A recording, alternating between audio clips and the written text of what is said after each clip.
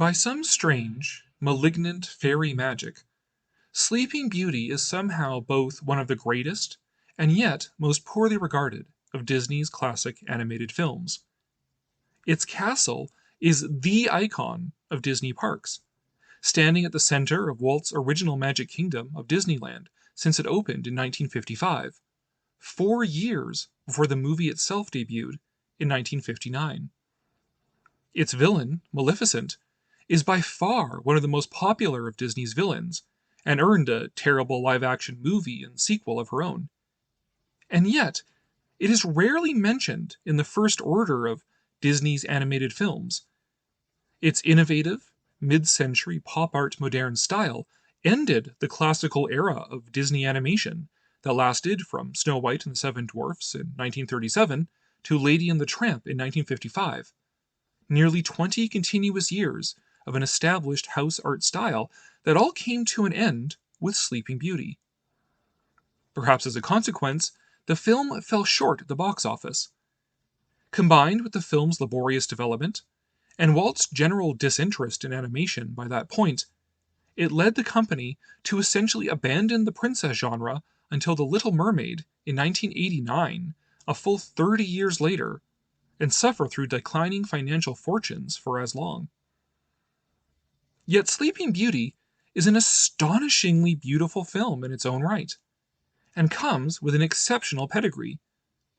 Whereas most Disney films before and since have eschewed prior interpretations and adaptations of a story, preferring to remake it in their own image from Snow White on down, Sleeping Beauty is, instead, an intertextual masterpiece recombining every significant version of the story that preceded it, in every medium. Disney's Sleeping Beauty contains every version of Sleeping Beauty, each infusing Disney's version with their own brilliance. First, the original story. Variations on the theme of Sleeping Beauty go back thousands of years, and our definitive version was immediately preceded by Giambattista Basile's 1634 story titled Sun, Moon, and Talia. This is the scandalous text most often referred to by people whispering giddily about a raunchy original version that Disney cleaned up. In it, Talia is predestined to fall into deathless sleep after getting a splinter of flax under her fingernail. During her slumbers, she is found by a king and 9 months later gives birth to the twins Sun and Moon.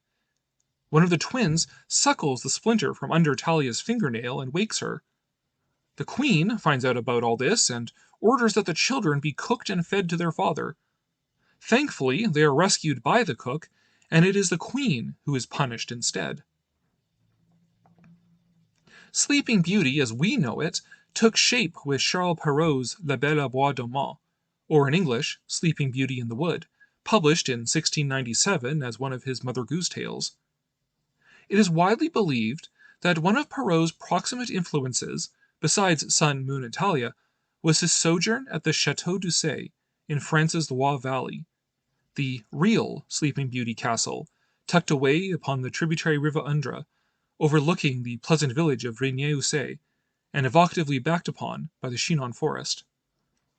This hidden gem of French chateauesque architecture, which inspired the castles of Disneyland and Walt Disney World, celebrates this history with their own walkthrough exhibit of the story.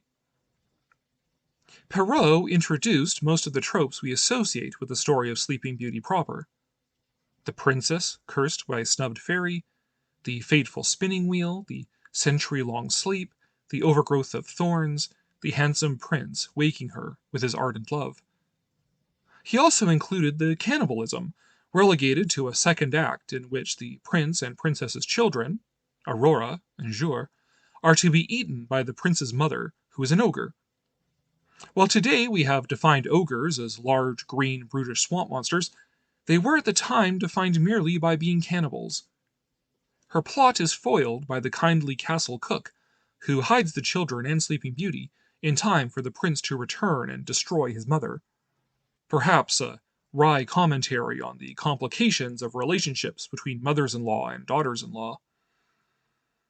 From Perrault, the story was bequeathed to the Brothers Grimm for their 1812 anthology of German folktales. And how did a French by way of Italian fairy tale end up there? The Grimms were ordinarily studious about preserving the common storytelling inheritance of the German people. Their children's and household tales came out during the nascence of unified German national identity under the heel of Napoleon. Within the shared cultural inheritance of the German and Nordic peoples are the legends of Siegfried, the near invincible warrior king of the Nibelungen treasure, who slew the dragon Fafnir and woke the sleeping Amazonian queen Brunhild. On that basis, the Grimms believed they were reappropriating the story of Sleeping Beauty in the Wood as Little Briar Rose. They also separated the two acts and disposed of the cannibalistic queen in her own story, appropriately titled The Evil Mother-in-Law. It was from the Grimm's version that Disney got the shortened story and Aurora's alias. The Grimms, in turn, furnished a source for Pyotr Ilyich Tchaikovsky's celebrated ballet. It is difficult to comprehend now, but when Tchaikovsky debuted his Opus 20, Swan Lake, in 1877, it was a financial failure. Critics even decried it as too Wagnerian. Swan Lake was redeemed by later productions, but it left Tchaikovsky smarting. He was practically coerced into writing Opus 66, Sleeping Beauty, and never lived to see it become a success. It was poorly received on its St. Petersburg debut in 1890, and Tchaikovsky passed away in 1893. But by the end of the next decade, Sleeping Beauty was already on its way to becoming one of the most influential ballets in history. The music from this classic ballet was reworked by George Bruns for the Disney film. He had scored Davy Crockett, Westward Ho the Wagons, and Johnny Tremaine before it, would go on to score most Disney films thereafter, orchestrated the soundtrack to Pirates of the Caribbean at Disneyland, and recorded several records for Disney's Buena Vista label before his untimely passing in 1983. The use of Tchaikovsky's music elevates Sleeping Beauty beyond the typical Hollywood musical or Broadway style of Disney's other films, imparting an air most similar to Fantasia, which also wed animation to great classical music. The standout piece is, of course, Tchaikovsky's Garland Waltz, which became Once Upon a Dream. For the film's distinctive visual style, background painter Eyvind Earle took inspiration from medieval tapestries and Gothic art, including the Unicorn Tapestries and the Très Riche Oeuvre de Duc de Berry, as well as Persian and Japanese influences. The character animation, led by the formidable genius of Mark Davis, adapted to Earle's Gothic backgrounds with an angular, pop-moderne style influenced by Art Nouveau and Art Deco. The result is Disney's most beautiful princess and most striking villain. It was a difficult adaptation for Disney's artists and animators, though, with plenty of internal strife, and Earle eventually leaving the project and the company before the film was completed. But the net result was worth every tear and bead of sweat. Sleeping Beauty has a style unmatched in Disney's entire oeuvre. Nothing Disney has made before or since comes close. It is a Gothic fairy tale film done in Gothic fairy tale style. Altogether, Sleeping Beauty is a rich composite version of the tale that in turn highlights the story's deep-seated religious metaphors. In the words of the great Edwardian Catholic apologist G.K. Chesterton, there is the terrible allegory of the Sleeping Beauty, which tells how the human creature was blessed with all birthday gifts, yet cursed with death, and how death also may perhaps be softened to a sleep. What Chesterton points to in Sleeping Beauty is a powerful Christian allegory of the human condition and of human salvation, a latent theme in prior versions that is drawn to the fore in Disney's film. Some of the images are exceedingly obvious, such as the Sword of Truth and Shield of Virtue gifted to Prince Philip, which is a muddled reference to St. Paul's admonition to don the whole armor of God in Ephesians 6:13-17. The vindictive fairy of Perrault graduates into Maleficent, the mistress of all evil, who proudly commands all the powers of hell. Disney's Aurora is a poetic metaphor for the whole human race. Though uniquely gifted with sentience, self-awareness, reason, and spiritual wakefulness, humanity is also cursed with awareness of its own impending, inexorable descent into death. Our efforts to avoid this destiny are like so many burning spinning wheels. No matter what we do with all of our time, money, and industry, our fingers have an inevitable date with a lethal spindle. But perhaps that is not the end. Perhaps there is hope that death can be softened to sleep. The wish of that last fairy was not enough to reverse the suffering and separation of death, but it could transform it into something else. In that something else was the chance of death's reversal.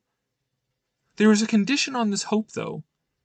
It would not come of Aurora, since she was asleep and lost to a state of dreaming nothingness. Nor could it come so much from anybody else. In her wake, the whole kingdom and all of its people, from kings to serfs, passed away into sleep. There is no power in and of the world that can reverse death's deadly sting. There is, in fact, only one power that can overcome it: love. Enter Prince Philip, the son of the king, to whom is betrothed the bride, who neither recognized him nor knew him. Himself bound under the power of death by Maleficent and her pitchfork-wielding demons, Philip was freed and the dungeon was empty. Upon slaying that rebellious dragon who commands all the powers of hell, the sun reaches the bride and awakens her with the kiss of true love. Are we speaking here of Mother Goose, or of the Book of Revelation? Though great, one must admit that the film is not perfect. In the original stories in Tchaikovsky's ballet, Sleeping Beauty reposes in deathless slumber for 100 years, long enough for the castle to become overgrown with a forest of thorns. Aurora's slumber is the defining feature of the story. But in Disney's version, she only falls asleep in the last 20 minutes, and within the elapsed time of the story, she couldn't have been asleep much longer than a few hours at most. Snow White slumbered in her glass coffin for longer than Sleeping Beauty did. This brief nap was a solution to what Disney perceived as a problem, being that Aurora and Prince Philip needed to know each other and build a relationship before their climactic kiss for it to have emotional resonance. But there is a more elegant solution that would have retained this romance while maintaining the integrity of the original story. Had I been whispering in Walt Disney's ear, I would have suggested that the first half of the film be devoted to Aurora's birth, the gifts of the fairies, the curse, her being raised by the fairies, and then being caught by Maleficent at dusk on her birthday. Then, as she is laid down to sleep, she begins a dream where she is dancing in the forest with a young prince. When the dream ends, it is the prince himself who wakes up. 100 years have passed, Aurora's castle is overgrown and forgotten, and the second half of the movie picks up with Philip's attempts to find her in the woodcutter's cottage, his capture by Maleficent, escape with the help of the good fairies, and final battle with the dragon. Almost the entire film would remain the same, just reordered.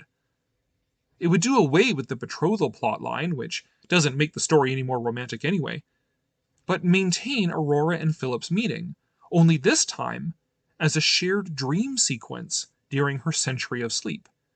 Truly they meet once upon a dream. Curiously, the Sleeping Beauty Castle walkthrough attraction at Disneyland could be interpreted in this way.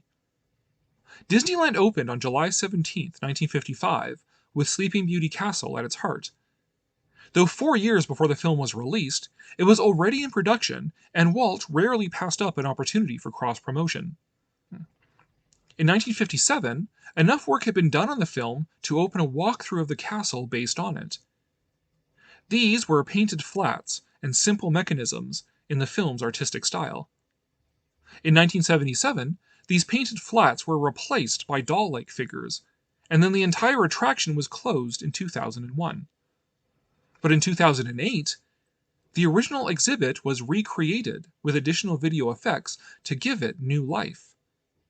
In the walkthrough's version, Prince Philip is never seen until after Aurora falls into sleep, lending itself to an interpretation that, finally, she did slumber for the requisite century. Of course, the greatest walkthrough would be reserved for Sleeping Beauty's home country. Disneyland Paris faced the challenge of having real castles just down the highway, so its rendition is far more fanciful. And within it, a second-floor walkthrough tells the story in stained-glass windows, tapestries, and props pulled from the film. Beneath the castle lurks a realistic animatronic of Maleficent as a dragon. And then concept art for a forthcoming Villain's Land at Walt Disney World's Magic Kingdom places Maleficent's castle at the Forbidden Mountain as a key feature, and what appears to be a roller coaster through the Forest of Thorns and past Maleficent's fire-breathing dragon form. The wisdom of adding yet another roller coaster notwithstanding, it is nevertheless appropriate for Disney to return again and again to one of its greatest villains in one of its greatest, most artistically unique, and satisfying films.